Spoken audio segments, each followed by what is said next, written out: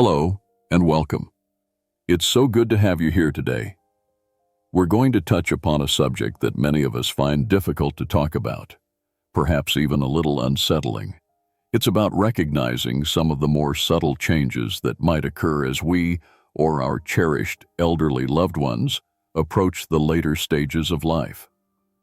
Have you ever found yourself observing an older friend or family member, or perhaps even noticing in your own life, shifts that go beyond the usual aches and pains of aging? Little things, perhaps, that give you pause and make you wonder what they might signify. It's a natural part of life's journey, and while it's a path we all must travel, understanding some of the signs that may indicate an individual is entering their final year can be incredibly important. Now, I want to be very clear. This isn't about trying to predict the future with certainty, nor is it about causing alarm or dwelling on the inevitable. Far from it. Instead, the purpose of our conversation today is to foster understanding, compassion, and preparedness. Knowing what to look for can empower us to provide the best possible support, to ensure comfort, and to make the most of the precious time we have with those we hold dear, or even to better understand our own experiences. It's about being attuned, being present, and responding with love and informed care. In this video, we'll gently explore 5 subtle signs that may suggest an elderly person could be in their final year. These are not definitive pronouncements, of course. Everyone's journey is unique. But they are patterns that healthcare professionals and caregivers often observe. Our aim is to provide you with insights that can help you navigate this sensitive time with greater awareness and empathy, ensuring that dignity and quality of life are paramount. So, let's begin our discussion, and I encourage you to approach this with an open heart and mind. The first sign we're going to talk about is a noticeable and persistent increase in fatigue and weakness, something that often extends beyond what might be considered typical for aging. We all know that as the years go by, our energy levels naturally tend to dip a bit. We might not spring out of bed with the same vigor we had in our 30s or 40s, and an afternoon nap can become a welcome friend. That's perfectly normal. However, the kind of fatigue we're discussing here is more profound, more pervasive. It's a weariness that doesn't seem to lift, even with adequate rest. Imagine, for instance, someone who used to enjoy their morning walk, perhaps to the local shop or around the park. Gradually, you might notice that the walk becomes shorter, then perhaps it's only to the end of the street, and eventually, even that small exertion seems to require an enormous effort. Or consider a loved one who always took pride in their garden. Now they might find themselves unable to spend more than a few minutes tending to their plants before needing to sit down, exhausted. This isn't just about feeling a bit tired. It's a significant decline in physical stamina that makes even simple daily tasks, like dressing, bathing, or preparing a light meal, feel like climbing a mountain. They might start spending more and more time resting, not because they are simply choosing to relax, but because they genuinely lack the physical energy to do otherwise. You might hear them say things like, "I just don't have any get up and go anymore," or "I feel drained all the time." It's important to listen to these cues. This kind of deep-seated fatigue can be due to the body's systems gradually slowing down, as organs may not be functioning as efficiently as they once did. The body might be working harder to perform basic functions, leading to this constant state of energy depletion. If you notice this kind of escalating weakness and tiredness in someone, or if you're experiencing it yourself, it's a signal to pay closer attention, to offer more support with daily activities, and to focus on comfort and conserving energy for the things that truly matter to them. It's not about pushing through the exhaustion, but rather about acknowledging it and adapting to it with kindness and understanding. Now, moving from the physical to how someone interacts with the world around them, the second sign we're going to discuss is a subtle but often significant shift in their social engagement and a decreasing interest in activities they once cherished. It's common for social circles to change as we get older. Friends may move away or pass on, and our own mobility might limit our ability to get out and about as much as we used to. However, this sign points to something more than just circumstantial changes. It's a gradual withdrawal, a pulling back from social interactions and hobbies that were previously a source of joy and connection. Think about an elderly gentleman who was an avid card player, always looking forward to his weekly game with friends. You might observe that he starts making excuses to miss the game, or when he does attend, he seems less engaged, quieter, and perhaps leaves early.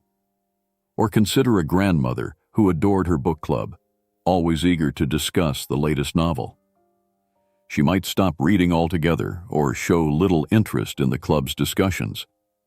This isn't necessarily a conscious decision to isolate themselves, but rather a reflection of their diminishing energy, or perhaps an inward turning as they cope with other changes they are experiencing. They might decline invitations to family gatherings they once looked forward to, or spend more time alone, preferring quiet and solitude. Phone calls might become shorter, and conversations less animated. It's not that they no longer care about their loved ones or their hobbies.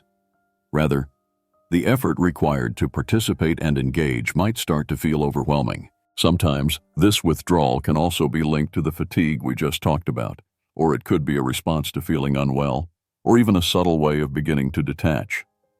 Observing this kind of social retreat warrants gentle attention. It's not about forcing engagement, but about finding new, perhaps quieter ways to connect. Maybe a short, peaceful visit, simply sitting with them, or sharing a quiet activity that doesn't demand too much energy. The key is to respect their changing needs while still offering your presence and reassurance that they are loved and not forgotten.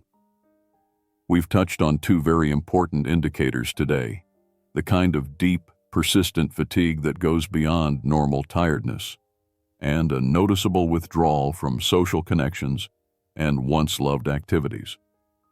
Understanding these can help us be more attuned to the needs of our loved ones, or even to recognize changes in ourselves, allowing us to approach these situations with greater empathy and to provide the most compassionate support. There are still a few more subtle signs to discuss that can offer further insight, and so we continue our gentle exploration of these subtle indicators. Another area where we might observe telling changes is in relation to appetite and nourishment. It's not uncommon for appetite to fluctuate a bit throughout our lives, and certainly, as we age, our caloric needs might decrease. But the sign we're considering here is a more noticeable and persistent loss of interest in food, often accompanied by unintentional weight loss.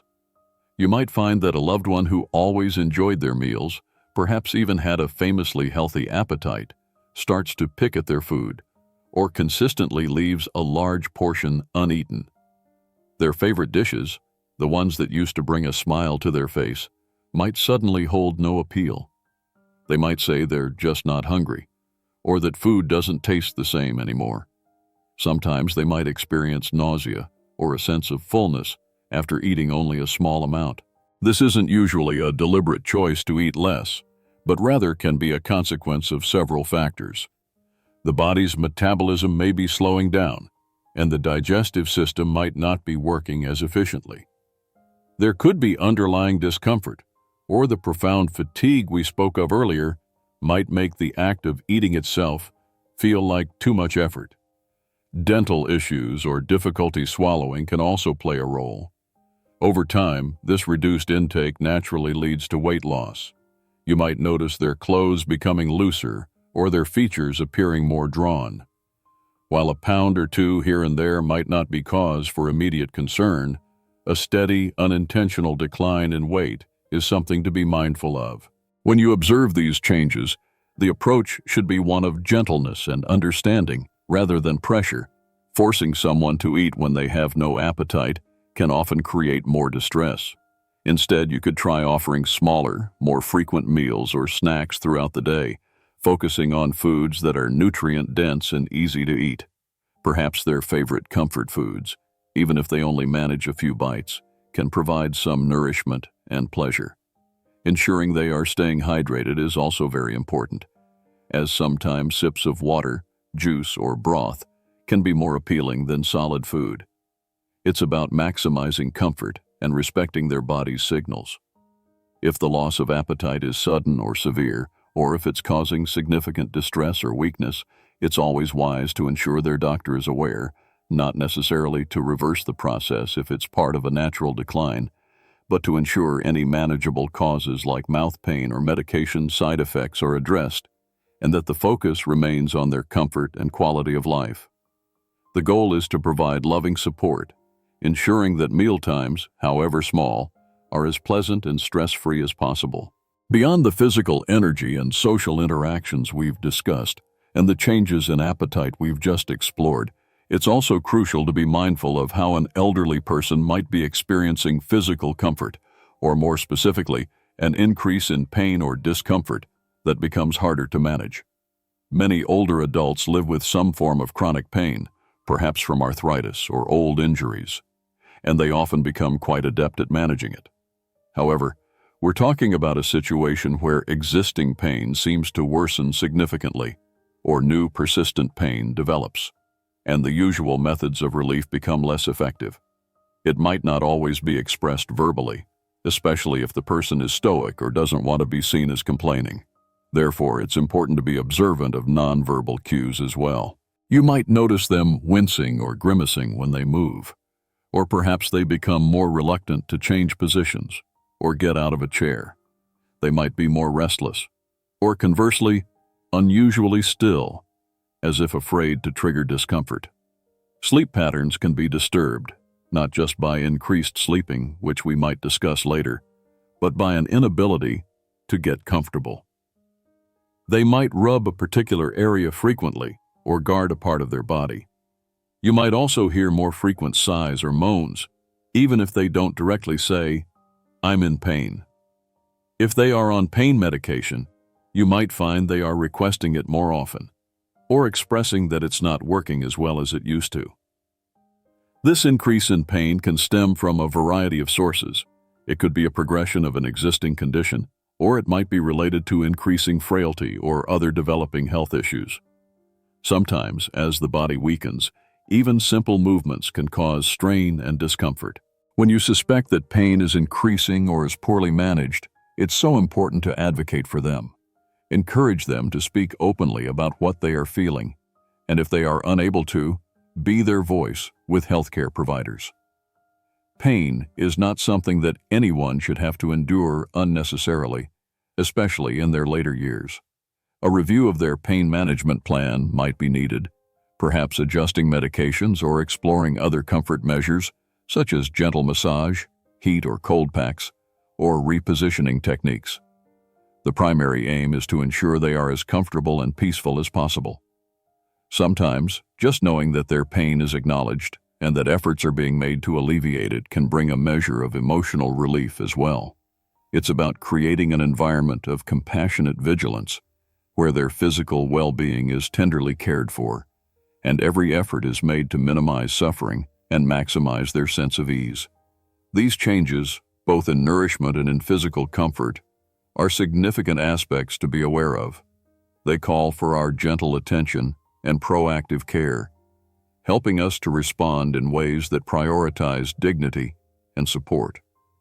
And as we continue to build this picture of understanding, there's another important area to consider in our journey of awareness.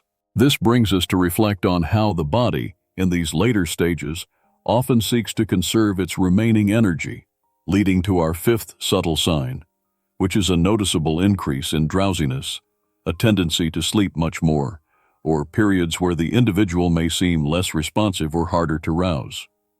You might observe that your loved one is spending a significant portion of their day sleeping, not just at night, but also for long stretches during the daytime. When they are awake, they might seem drowsy. Their eyes might be heavy, and they may drift off easily, even in the middle of a conversation or an activity they previously enjoyed.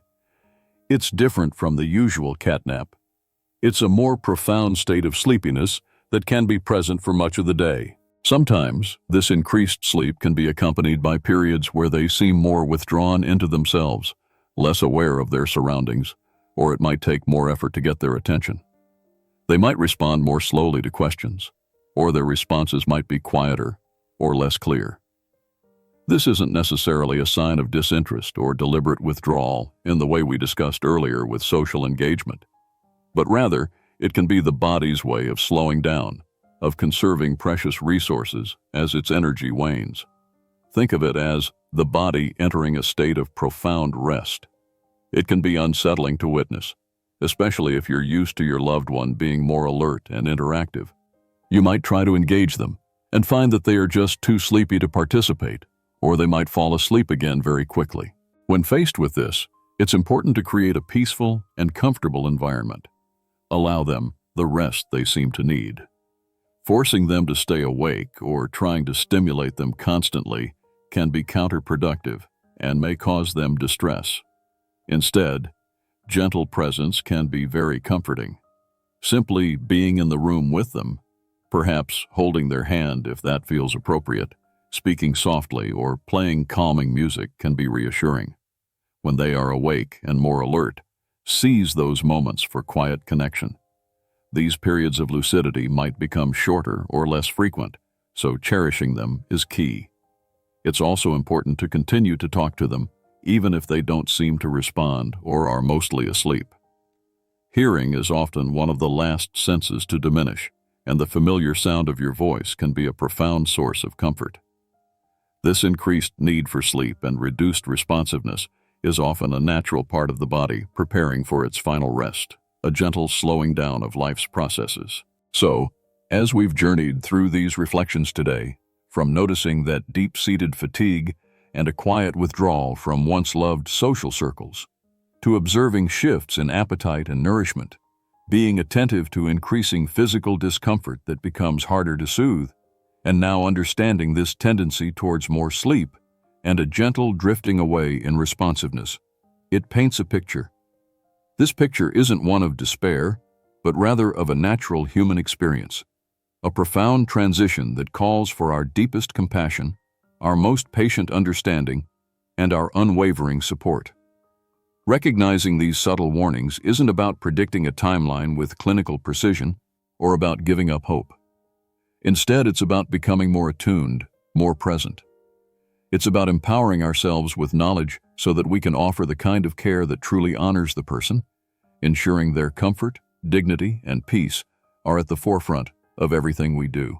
Remember, small changes in how we interact and care for someone in this phase can make a world of difference to their quality of life, and indeed to our own experience of accompanying them. It's about making the time meaningful, whether that means sharing quiet moments, reminiscing, offering a comforting touch, or simply being there. These signs encourage us to listen more intently, not just to words, but to the unspoken language of the body and spirit.